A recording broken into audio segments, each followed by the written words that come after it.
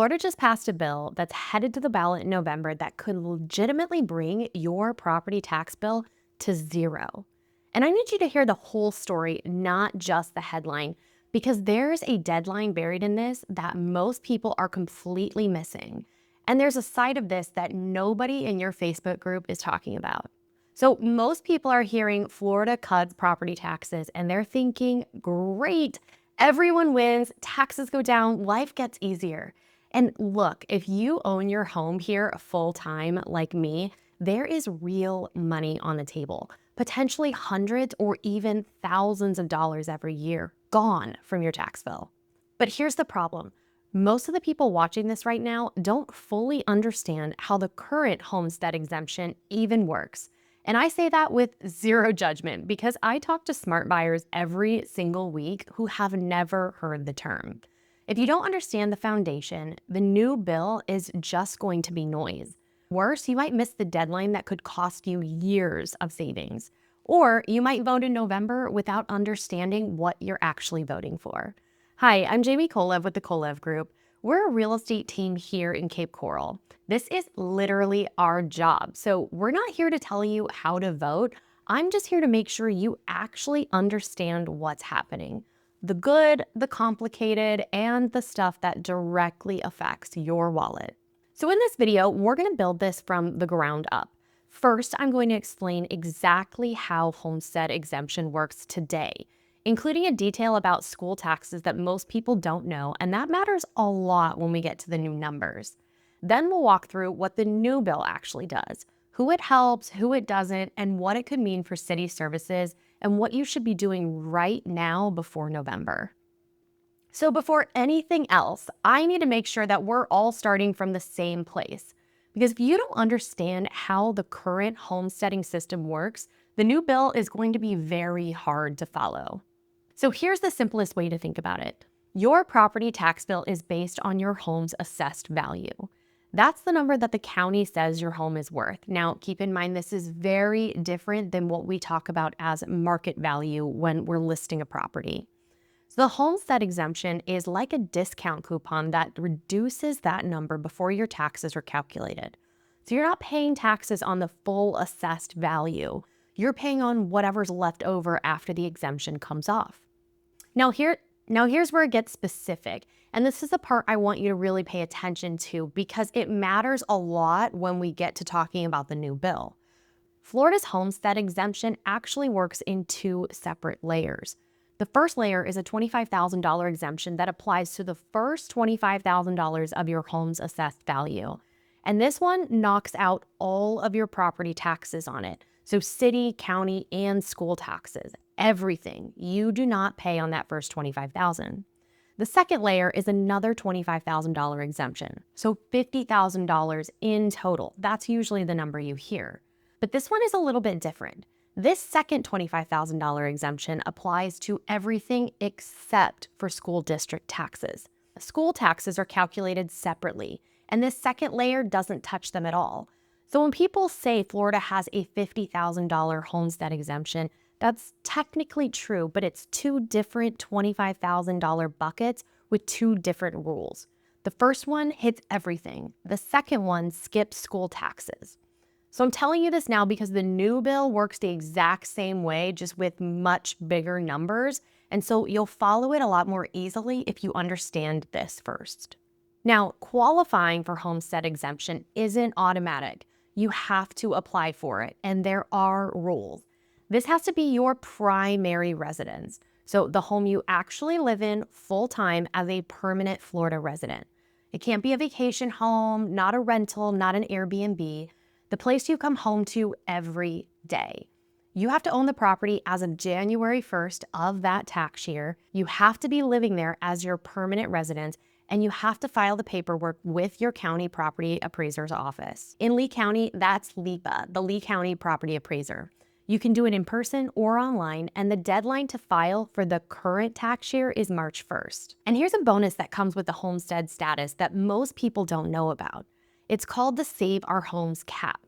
So once you have homestead exemption, the county can only increase your assessed value by 3% every year, or the rate of inflation, whichever is lower. So if the market goes up 20%, your assessed value can only go up 3%. So for long-term Cape Coral homeowners, this cap has been one of the most powerful financial protections in the state. And I'll tell you, I saw this firsthand. My neighbor who's not homesteaded saw a dramatic increase in his property taxes this year, whereas we only saw 3%. All right, so that's the foundation. Two $25,000 layers, a 3% annual assessment cap, primary residences only, and you have to file for it. That's the game we've been playing for years. Now, Florida just voted to change those numbers dramatically. On June 2nd, 2026, literally this week as I'm filming this, the Florida legislature passed HJR1F. Yeah, I know, it's a mouthful. It cleared the House 75-26 and Senate 30-9. Governor DeSantis has been pushing for this for over a year, and it's now heading to Florida voters this November. So here's what it does to that homestead exemption we just talked about. The exemption goes up in 2 stages. So January 1st, 2027, the exemption jumps from $50,000 to $150,000. January 1st, 2028, it jumps again to $250,000. Now remember those 2 layers I just explained? The new bill works the same way. The expanded exemption applies to all non-school property taxes. School district taxes stay protected under the original structure. This is important. This bill isn't touching your school taxes. That was a deliberate decision by the legislature because they specifically carved schools out to protect K-12 funding. So when I show you these new numbers, I'm talking about the city and county portion of your tax bill. School taxes stay on a separate track. So let me make this real with actual Cape Coral numbers. Let's say your home is assessed at $300,000 and you have homestead status. Today, you pay taxes on $250,000 of value after the current $50,000 exemption. Your non-school property tax bill on that is $2,250 a year at Cape Coral's approximate combined city and county millage rate. School taxes are on top of that separately. In 2027, if voters approve this, the exemption goes to $150,000. Now, you're only paying non-school taxes on $150,000. That same bill drops to roughly $1,350 a year. School taxes unchanged. In 2028, the exemption hits $250,000. You're paying non-school taxes on just $50,000. That bill is now roughly $450 a year. School taxes, again, still unchanged. And if your home is assessed at $250,000 or less, in 2028, your non-school property tax bill goes to 0. Of course, school taxes still apply, but the city and county portion is completely gone. Governor DeSantis has said that this would eliminate property taxes entirely for roughly 60% of Florida homeowners. Now remember, this is just full-time residents. And based on the state demographic data, that claim looks like it holds up. And this is a genuinely significant change. For most Cape Coral homeowners, we're talking about hundreds to thousands of dollars back in your pocket every single year. But, and I want to be clear about this, this is not a law yet. Voters still have to say yes in November. And there are details about who qualifies that you need to know before you get too excited. That's the next thing that we're going to cover. Because here's the thing, not everyone watching this video is going to qualify for the full benefit from day one. And some of you, whether you qualify or not, comes down to a single date on the calendar. Now, real quick, I built out a free property tax simulator specifically for this bill. You can go in and plug in your home's assessed value, whether it's your primary residence and your location, and it is going to show you what your tax bill looks like today and what it'll look like in 2027 and 2028 if this passes. It only takes about 60 seconds, so you can pause, go run your numbers, and come back, because the next section is going to make a lot more sense once you've seen your own numbers. All right, so this next part is the part of the story that most of the news coverage is either skipping or burying in paragraph 9. The expanded exemption has rules about who qualifies, and one of those rules creates a very specific, very real deadline for anyone who is thinking about moving to Florida. So let's go through each group. If you already own your home in Cape Coral and you have homestead status right now, you're in great shape. If voters approve this in November, you get the full benefit starting January 1st, 2027. Nothing extra for you to do. You're already in the right seat. If you're in the process of buying in Cape Coral and you plan to close and establish this as your primary residence before December 31st of this year, 2026, you're also fully covered. You'll qualify for the full $150,000 exemption in 2027 and the full $250,000 exemption in 2028, assuming voters approve it. Now, here's the group that needs to hear this next part very clearly. If you move to Florida and you establish Homestead after December 31st, 2026, you do not get the full expanded exemption right away. You start at $50,000, the old number, and you have to maintain Florida homestead residency for 5 years before you qualify for the full benefit. 5 years. So on a $300,000 assessed value, that's potentially $1,500 to $1,800 per year in non-school property taxes that you're paying that you wouldn't be paying if you decided to move before that deadline. Multiply that over 5 years and you're looking at $7,500 to $9,000 in additional taxes just because you waited. And then there are two groups who don't benefit from this bill at all, regardless of timing. Renters. You don't get anything directly from this. And investors, vacation homeowners, and landlords. This exemption increase does not apply to non-homesteaded properties. So your tax bill stays exactly where it is. So this is not a universal tax cut. It's a targeted benefit for people who live in their home full-time as Florida residents. And the full benefit goes to the people who commit to that before the end of this year. So if you're sitting on the fence about when to make your move to Cape Coral, this is a real financial reason to stop sitting on that fence because you could save thousands. Now, I know what some of you are thinking. If homeowners are paying a lot less in taxes, what happens to the city? Where does that money come from? And this is where I'm going to give you something that most coverage of this bill isn't going to give you, and that's the picture of both sides. Because the question of where does the money come from has a real answer. It's not a cliff, but it's also not nothing.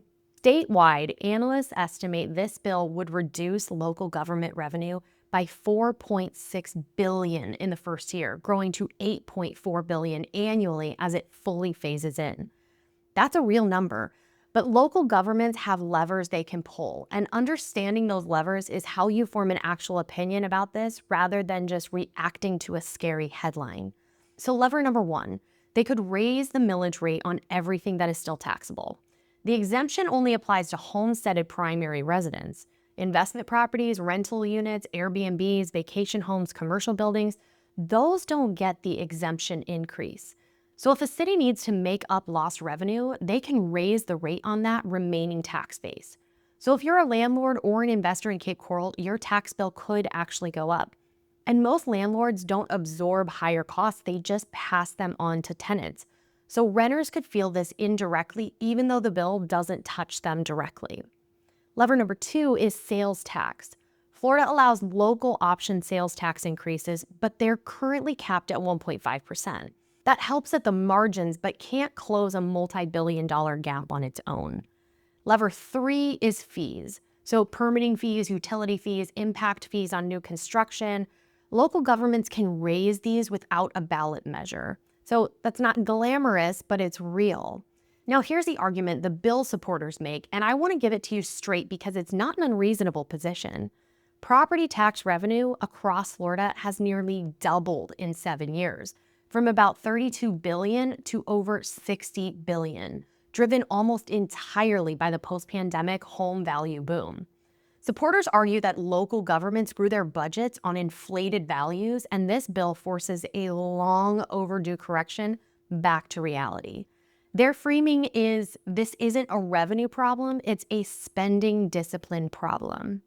Now, while the bill doesn't directly dictate where they would be pulling those funds from, the bill does put guardrails on what remaining tax dollars can be spent on. So cities and counties would be restricted to core services, public safety, roads, infrastructure, flood control, debt service, basic government operations. So parks, libraries, social services, economic development, those are off the protected list. So here's where I land as a Cape Coral agent specifically. I don't think this is a story about cities going dark because the levers exist and local governments are going to use those. But the tax shift is going to be real, and some of what homeowners save will then be offset by higher fees, higher rates on investors and businesses who then pass their costs downstream, and potentially trim services in unprotected areas. And Cape Coral has a layer to this that most Florida cities don't. We're still a city mid-build out. Utilities, roads, infrastructure across thousands of undeveloped lots, that is still actively happening here. And the question I'd want answered before voting on this is simple. Are the levers enough to keep that momentum going? That's a Cape Coral question more than almost anywhere else in Florida. Okay, so we've covered the full picture, the exemption, the bill, who it helps, and what it costs. Now let's talk about what actually has to happen for this to become real and what you should do right now regardless of how November goes. So everything that we've talked about up to this point, the $250,000 exemption, the deadline, the financial trade-offs, none of it matters unless Florida voters say yes in November. And this isn't a simple majority vote. This is a constitutional amendment. It needs 60% voter approval to pass. That is a genuinely high bar. So for context, no presidential candidate has cleared 60% in Florida in modern history. The abortion rights amendment in 2024 got 57%, and it failed because it didn't hit 60. So let's walk through the two realistic scenarios. Scenario number one, voters approve it. The exemption goes to $150,000 January 1st, 2027, and $250,000 January 1st, 2028.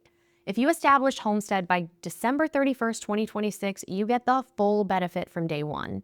If you moved here after that date, you're on a 5-year phase-in clock. Either way, school taxes are unchanged, and local governments are then going to start working through those revenue levers that we talked about. Scenario two, it fails. At that point, nothing changes. The current $50,000 exemption stays. But, and this is important, this conversation does not go away. Governor DeSantis and the House leadership have made it very clear this is not a one-time push. The bill itself contains language establishing a pathway toward full property tax elimination on homesteads long term. So if it fails in November, a version of it just comes right back out. So what would I tell a client to do right now? Do not make your buying decision based on a bill that has not passed. The numbers have to work for you today, independent of what happens in November. But if your timeline is flexible and you were already planning a move to Cape Coral, then the December 31st deadline is a real financial factor worth considering because the potential savings over 10 years of ownership are not trivial. And if you're already here with Homestead, you're in the right seat no matter what happens in November. Okay, so let's bring all of this together. Homestead exemption is a discount on your property taxes for living in your home full-time as a Florida resident. It currently works in two layers, a first $25,000 exemption that covers all taxes, including the school, and a second one that covers everything except for schools. Together, that's a $50,000 shield on your taxable value, plus the 3% annual cap on how fast your assessed value can grow. The new bill, HJR 1F, expands that non-school exemption to $150,000 in 2027 and $250,000 in 2028. With school taxes staying protected and unchanged. For a lot of Cape Coral homeowners, that's a tax bill that shrinks dramatically or disappears entirely on the city and county side. But the full benefit only goes to people who establish Florida Homestead by December 31st of this year, and it still has to be approved by 60% of voters in November. New arrivals after that date wait 5 years. Renters and investors don't get the benefit, and the city will need to find new ways to make that revenue up through millage adjustments or non-homesteaded properties, fees, spending disciplines, things like that. So you came here for the headline, I'm sure, but I hope you got the full story. This is a real change with real money behind it and real trade-offs that deserve an honest conversation, not just a tax cut press release. So if you're thinking about making Cape Coral your home and that December 31st deadline is on your radar, let's talk. We can walk you through exactly how this affects your specific situation, so contact us at the link in the description. And if you're not ready to talk yet, or you already own a home, run your own personalized tax simulation at thekolevgroup.com/tax. It takes 60 seconds and it shows you exactly what your bill looks like today, 2027, and 2028. Now, I'll be doing a follow-up video on this as we get closer to November with everything you need to know before you go out and vote. So make sure you subscribe so you don't miss a thing. We'll see you in the next one.